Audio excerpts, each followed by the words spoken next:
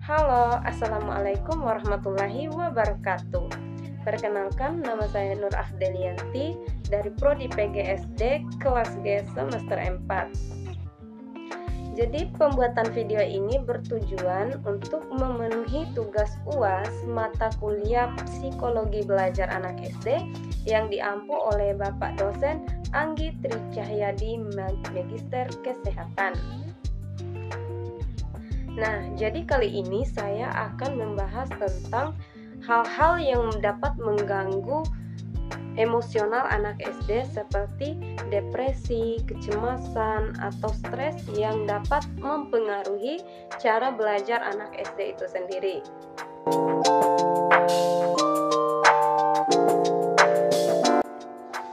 Kecemasan, depresi, atau stres yang berlebihan memang sangat dapat mengganggu fungsi kognitif atau emosional mereka.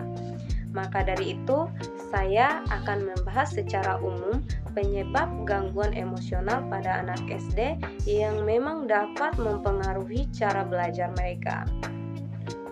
Jadi yang pertama adalah faktor genetik dan keturunan. Jadi beberapa anak mungkin akan memiliki kerentanan genetik terhadap gangguan emosional seperti kecemasan, depresi, atau stres yang berlebihan. Nah, jadi jika terdapat keluarga dengan riwayat gangguan emosional, maka anak tersebut mungkin akan lebih rentan terhadap masalah yang serupa. Karena seperti yang kita ketahui dan telah kita pelajari bersama bahwasannya faktor utama dan paling pertama itu adalah dari lingkungan keluarga. Lingkungan keluarga sangat berpengaruh terhadap bagaimana cara belajar anak-anak.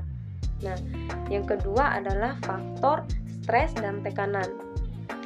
Anak-anak mungkin dapat mengalami stres dari beberapa faktor dalam hidup mereka, seperti tekanan akademik, tekanan sosial, masalah keluarga, ataupun perubahan lingkungan yang signifikan. Stres yang berkepanjangan dan yang tidak diatasi dengan baik akan dapat menyebabkan gangguan emosional terhadap anak-anak. Nah, hal semacam itu sangat akan berpengaruh terhadap bagaimana cara belajar anak-anak itu sendiri. Nah, yang ketiga adalah rasa trauma atau pengalaman-pengalaman traumatis yang telah mereka alami di dalam hidup mereka. Jadi, anak-anak yang memiliki rasa trauma seperti pernah mengalami kehilangan orang yang mereka cintai, pernah mengalami kekerasan fisik dan seksual, ataupun pernah mengalami suatu bencana alam dalam hidup mereka. Nah, hal-hal itu akan sangat dapat mempengaruhi bagaimana gangguan emosional di dalam diri anak-anak itu sendiri, sehingga dapat mempengaruhi bagaimana cara belajar anak-anak itu sendiri. Nah, selanjutnya keempat adalah gangguan kesehatan mental dan perkembangan anak. Nah, jadi beberapa anak telah mengalami gangguan dalam perkembangan dan kesehatan mental mereka yang kemudian dapat mengganggu suasana hati dan kemampuan belajar anak-anak itu sendiri. Nah, contohnya seperti gangguan mood, gangguan perhatian, atau autisme. Jadi teman-teman, hal-hal semacam itu jangan kita menganggap remeh, karena hal demikian sangat akan dapat mempengaruhi bagaimana kemampuan belajar anak-anak. Jadi ketika anak-anak tidak mengalami perhatian-perhatian kecil dari orang-orang yang mereka inginkan, ataupun mood mereka sedang tidak baik-baik saja, hal-hal itu akan dapat mengganggu emosional, tentunya dapat mempengaruhi cara belajar anak-anak itu sendiri. Nah, jadi teman-teman, ini sangat penting untuk kita ingat secara bersama bahwasannya setiap anak itu unik. Mereka mungkin memiliki kombinasi faktor-faktor yang berbeda yang dapat mempengaruhi gangguan emosional di dalam diri mereka.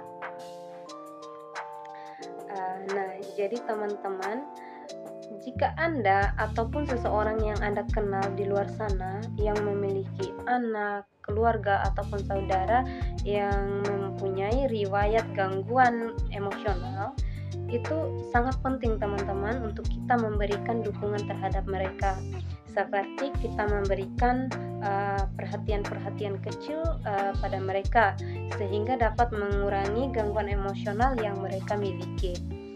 Atau jika gangguan emosional yang mereka miliki terlalu parah dan tidak dapat disembuhkan dengan hal-hal seperti itu, lebih tepatnya kita dapat melibatkan tim medis dalam membantu atau meringankan gangguan-gangguan seperti itu.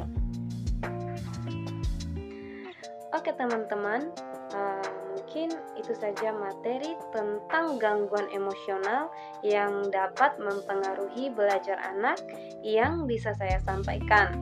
Dengan ini saya menutup video pembelajaran kali ini. Lebih dan kurangnya saya mohon maaf. Billahi taufiq wal hidayah. Wassalamualaikum warahmatullahi wabarakatuh.